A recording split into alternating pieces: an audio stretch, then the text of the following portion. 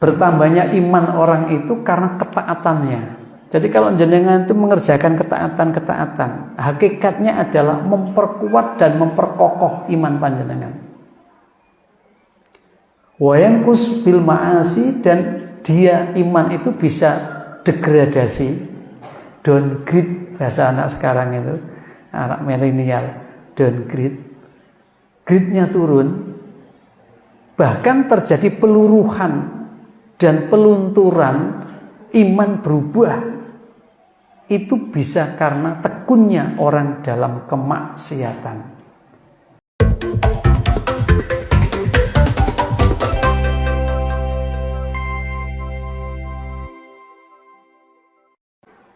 Assalamualaikum warahmatullahi wabarakatuh. Bismillahirrahmanirrahim. Alhamdulillah. Assalatu wassalamu ala Rasulillah. La haula wala quwata illa billah ba'du.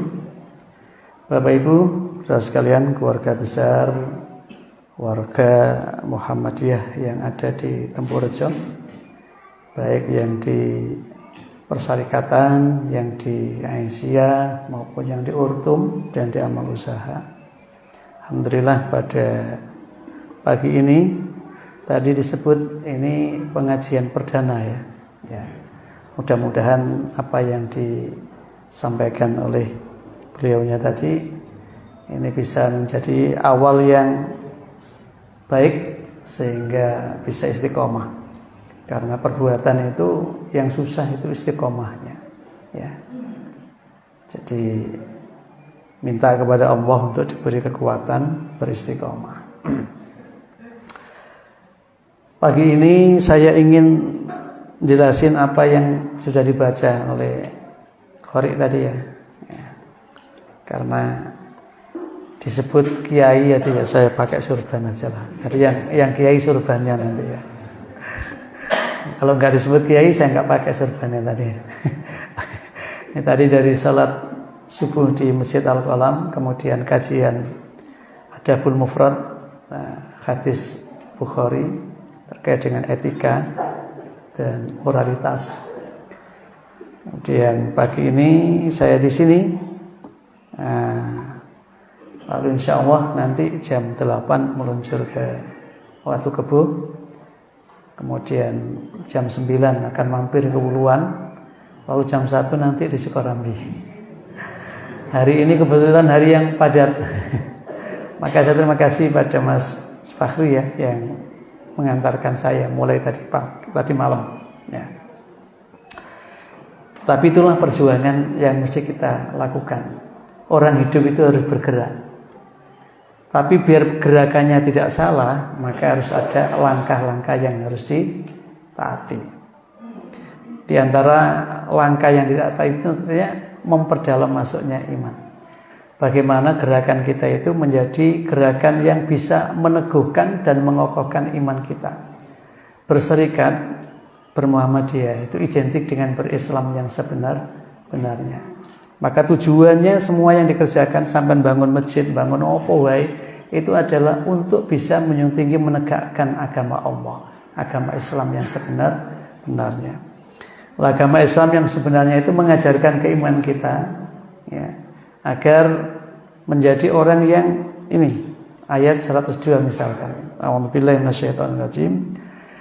Ya ayyuhalladzina amanu taqullaha haqqa tuqatih wa la tamutunna illa wa antum muslimun. Ini tiap khutbah Jumat biasanya diingatkan. Hai orang yang telah beriman, bertakwalah kalian kepada Allah dengan takwa yang sebenarnya. Jadi takwa yang sebenar-benarnya itu seperti apa? Sama dengan Islam yang sebenar-benarnya itu seperti apa? Maka di syarahnya, di penjelasan tafsirnya, saya pakai tafsir yang ringan aja. Namanya tafsir Jalalain. Kalau tafsir Al-Munir, seayat ini mau kita baca 1 pekan nggak rampung. Kalau pakai tafsir Al-Munir yang ditulis oleh Profesor Dr. Wahbah Al-Zuhaili. Itu. Kalau pakai tafsirnya Jalaluddin, nah ini insya Allah nggak terlalu panjang. Sehingga ayat yang dibaca tadi insya Allah bisa tuntas walau satu jam. Di sarah tafsirnya, haqqa tuqati itu bi ayyuta fala ya'si. Yang pertama, dengan senantiasa taat dan tidak sesekali atau sedikit pun maksiat. Selalu dalam ketaatan dan tidak terjatuh dalam kemaksiatan. Padahal Kanjeng Nabi itu dawuh, al-iman yazidu wa yanqus. Iman manusia itu bisa bertambah, bisa berkurang. Yazidu bi taati wa yanqusu bil ma'asi. Bertambahnya iman orang itu karena ketaatannya. Jadi kalau jenengan itu mengerjakan ketaatan, hakikatnya adalah memperkuat dan memperkokoh iman panjenengan. Wa yanqus bil ma'asi, dan dia iman itu bisa degradasi, downgrade bahasa anak sekarang itu, anak milenial, downgrade, grade-nya turun, bahkan terjadi peluruhan dan pelunturan, iman berubah. Itu bisa karena tekunnya orang dalam kemaksiatan. Maksiat iku tandane wong imane kurang. Nang Gusti Allah gak duwe wirang. Nang barang perilaku maksiat kudu diterjang. Nah, itu biasa wong dalam keadaan luruh. Makanya sampai orang yang mengerjakan hukum-hukum larangan berat itu keluar dari keimanannya. Orang mencuri itu hilang imannya di saat ia mencuri. Orang membunuh itu hilang imannya di saat dia melakukan pembunuhan. Pokoknya perilaku-perilaku yang maksiat itu meluruhkan, melunturkan dan menghilangkan atau melenyapkan iman orang. Maka jangan tekun. Ayo tekun dalam ketaatan. Ojo tekun nang ngene maksiat. Seneng ngomongi kurangi koncone iku maksiat. Nek diteruske imane ilang. Sapa sing ilangno iman? Wonge dhewe. Lho dhuwit prosoku tak sai lho gak enek lho sae bolong. Nah, iman dijaga, jangan sampai kita melakukan maksiat. Yang kedua, wa yashkuru wala yakfuru. Nomor loro, takwa yang sebenarnya itu tidak hanya dalam ketaatan dan terhindar dari kemaksiatan, tetapi dalam kesyukuran dan tidak menjadi yang kufur. Ngapunten. Ya. Kita itu sering menjadi manusia yang membenarkan jiwa lemah kita. Alasannya khuliqal insanu dha'ifa. Menungso digawe iku dalam kondisi yang lemah. Khuliqal insanu halu'a. Manusia dicipta dalam keadaan mudah berkeluh kesah. Wis pirang puluh tahun membentuk komunitas, anggota enggak bertambah, tambah susut, mengeluh, semua jadi gerakan pengeluhan massal.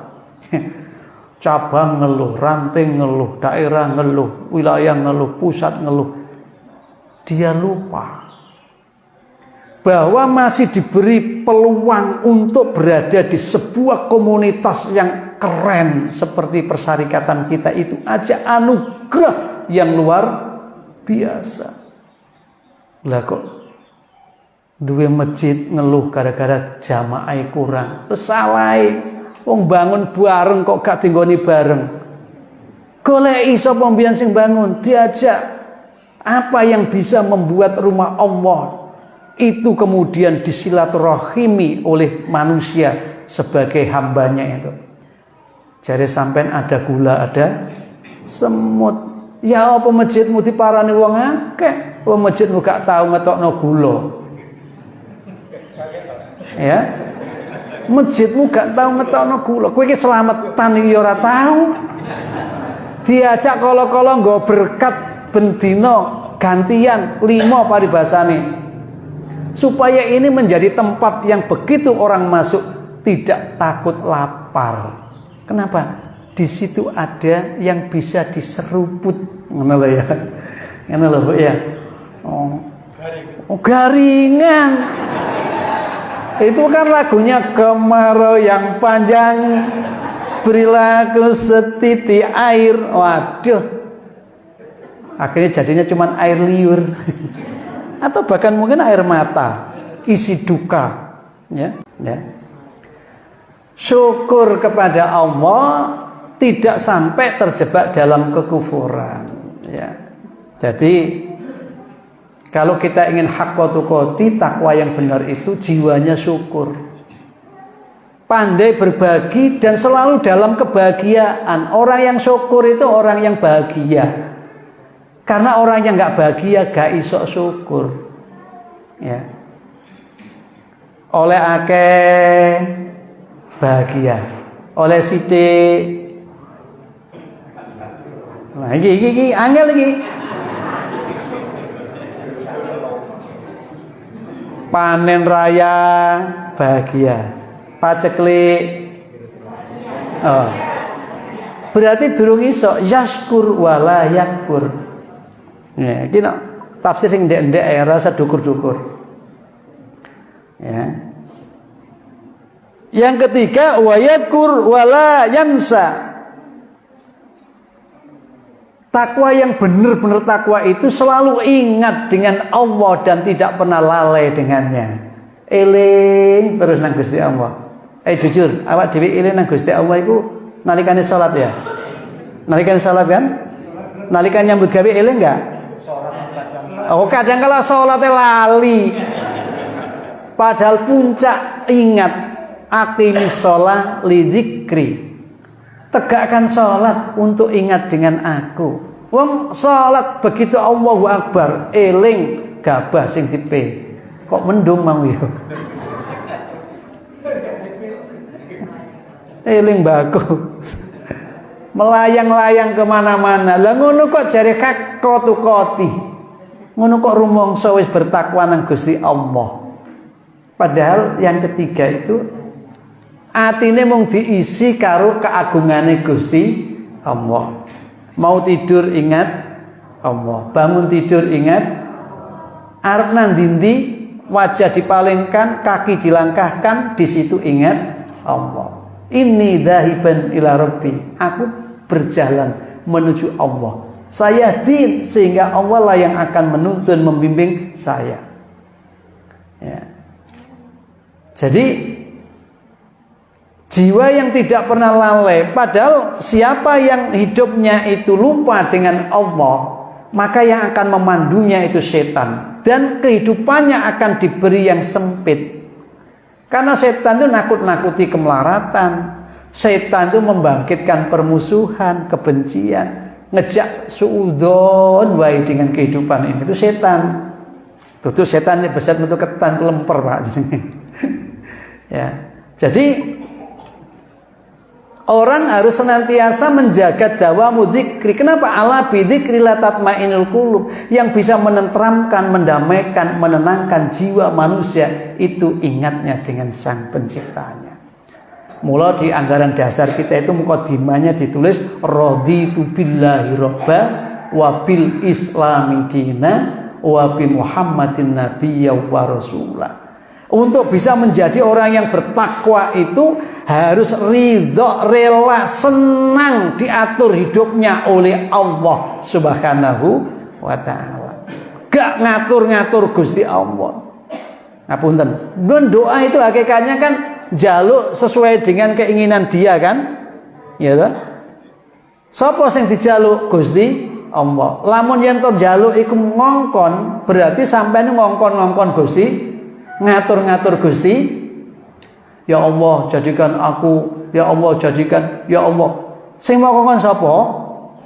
Sing ngongkon sapa? Sing ngongkon kan sampeyan. Sing dikongkon sapa? Gusti Allah. Gusti Allah iku dikongkon-kongkon. Bocah nek gak pati genah yo ngene iki.